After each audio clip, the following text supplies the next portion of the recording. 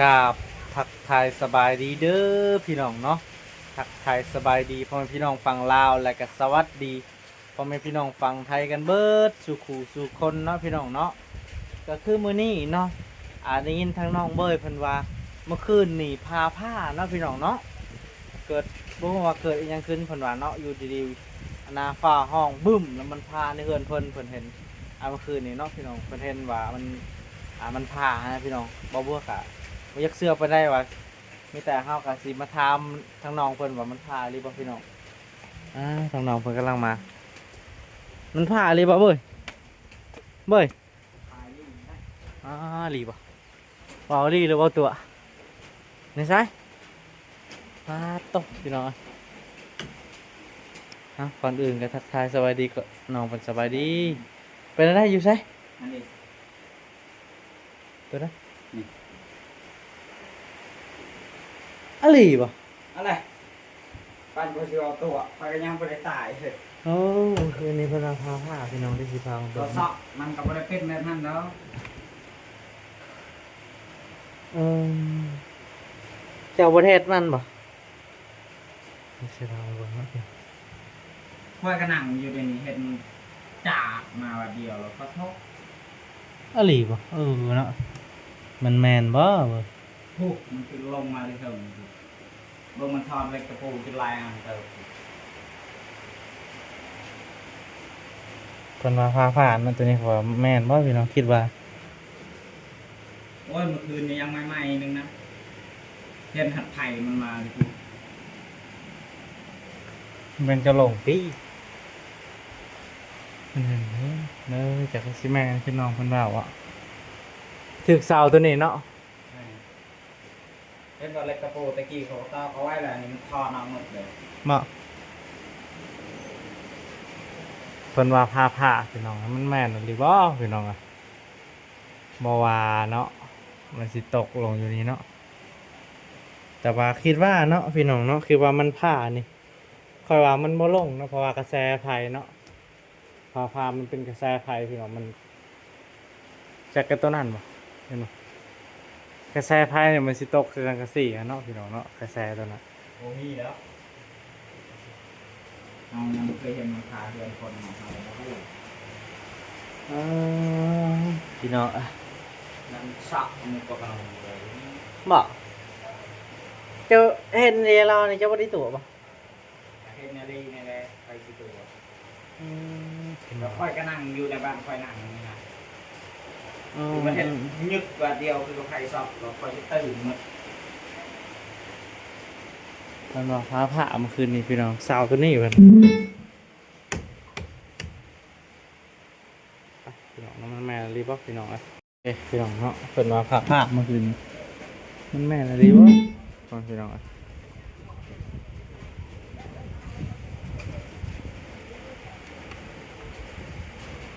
น้องพี่น้องเนาะมื้อนี้ก็ฝนตกเนาะพี่น้องตกเบิดมือพ่อพี่น้องมื้อนี้ก็ได้เฮือนน้องเบ้ยเพิ่นพี่น้องเอ้ยโตบรรยากาศเนาะตกบ่เซาจักเทื่อพ่อพี่น้องเอ้ย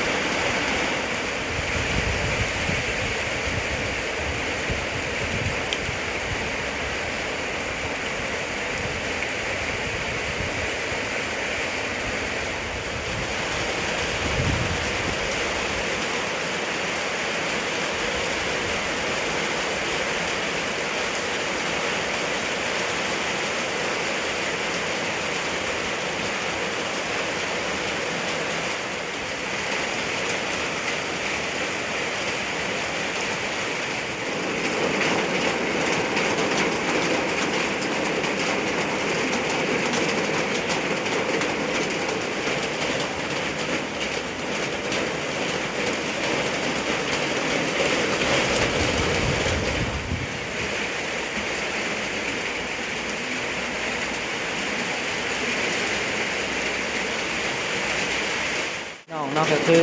สร้างเพิ่นกำลังสิมาใส่กระแจเนาะพี่น้องเนาะปาโต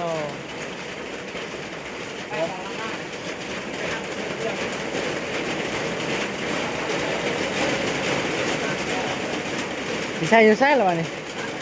อยู่เทิงเฮือนไปพี่น้องเนาะมื้อนี้ก็ทางสร้างเพิ่นตากฝนมาเลยพี่น้องเพิ่นมาใส่กระแจเนาะกระแจประตูพี่น้องเนาะโอ้หากระเลิกงานบ่นี่โอ้หากระเลิกงานเนาะ เอาไปใส่ใต้เสาเด้อ โอ้โดพี่น้อง ก็หัวเดี๋ยวนี้เนาะ แม่นหัวเซยเลยพี่น้องไอ้หัวนั่นนึงเอาสิกาซื้ออยู่ว่าสังกะสีนั่นนี่เนาะมันมักหัวเนาะ บ้านมันเรื่องละ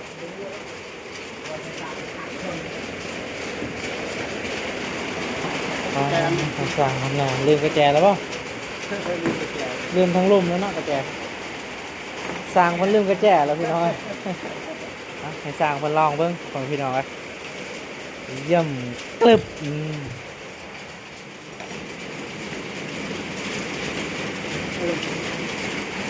มันถึงกัน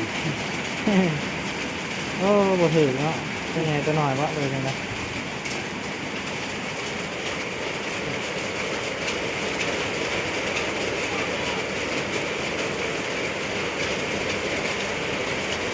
พี่น้องเนาะก็คือบรรยากาศมื้อนี้กับฝนตกพ่อพี่น้องไอ้ฝนตกเบิดมือพ่อพี่น้องไอ้มื้อนี้ทางบ่บัวกับบ่ได้ไปใส่เลยพ่อพี่น้องไอ้ตกเบิดมือเนาะมื้อนี้ก็ได้พี่น้องเอ้ยนะพี่น้องเนาะตอนนี้ทางสร้างเพิ่นสร้างที่เพิ่นมาเฮ็ดเฮือนนี่แหละพี่น้องเนาะเพิ่นมาใส่กระแจให้เนาะแต่ว่าเพิ่นคือสิมาบ่ได้ดอกฝนตกเนาะทางสร้างก็สิมือจังได้น้ำมันหลายน้ำเสย นอนอยู่คุณเลยเลย นอนอยู่พี่เลยป่ะปลาโตย่างเอาป่ะมาที่พุ่นฮะ ก็คือรถไฟ ปลาบกาขาวเนาะทางมันเปื้อนแห้งพี่น้อยทางมันเละแห้งพี่น้องขนาดบ่อบัวจนว่าเกือบลมเมื่อกี้ฮะ เลยอันนั้นแท็กบริกินเนาะจะใส่ชาเบิร์ดโอเคครับจะใส่ไฟไหม แต่แม่บ่ถือว่า ก็เอาอันนั้นสว่านจ้ะ เนี่ยบ่ถือเนาะเรื่องถือกำลังถือเอาสว่านเจาะใครอยู่เนาะ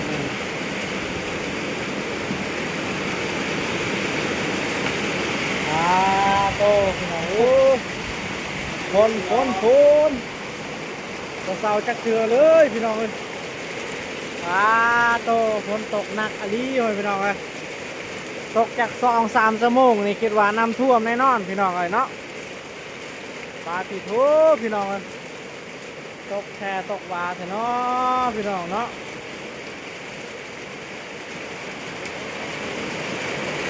ปลาถอยพี่น้องปลาโตพี่น้องเอ้ยเอาพี่น้องเนาะเห็น FC คอมเมนต์หลายๆคนเนาะพี่น้องเนาะ FC ว่าเบาบัวไปถ่ายตามทุ่งหน้าให้เบิ่งแน่เพิ่นว่าเนาะเบาบัวมักเลยพี่น้องเนาะบรรยากาศตามทุ่งนาเนาะมันถึกใจกับเบาบัวอลีพี่น้องเลยบรรยากาศตามทุ่งนานี่เบาบัวมักเนาะพี่น้องมักถ่ายนะพี่น้องเลยปาโตฝนตกแห้งก็เรียกเราพี่น้องมื้อนี้ก็ได้ตกแท้ตกวาเด้พี่น้องเอ้ย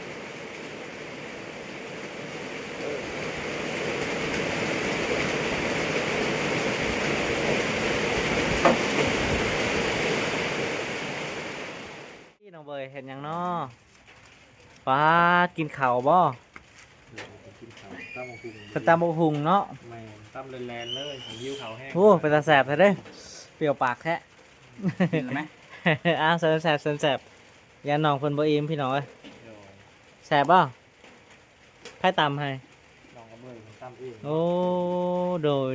ยพี่น้อง ผมบ่เคยตั้มแต่ว่าที่มือการตั้มของเพิ่นเนี่ยอู้อย่าคือเปิดห่างคายเอง โดย ย่ำมาหุงเองเลยนะ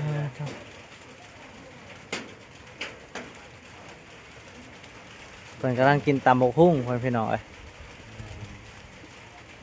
คือมือแรกเนี่ยคุณน้องสิพาไปเยี่ยงกบเลย โอ้มีไฟสายแล้วว่ามีหมอเบ็ดแล้วเนาะ เป็นแบบนี้หมอเวทแล้วตัวยังมีให้ช้าเนาะ โดยพี่น้องเอ้ย สอกเบิ่งก้อนให้ช้าจังไร แสบเนาะว้าเป็นแต่แสบอันนี้น้องเบยตำเนาะพี่น้องสิมือเพิ่นขักอันนี้เนาะเห็นแล้วก็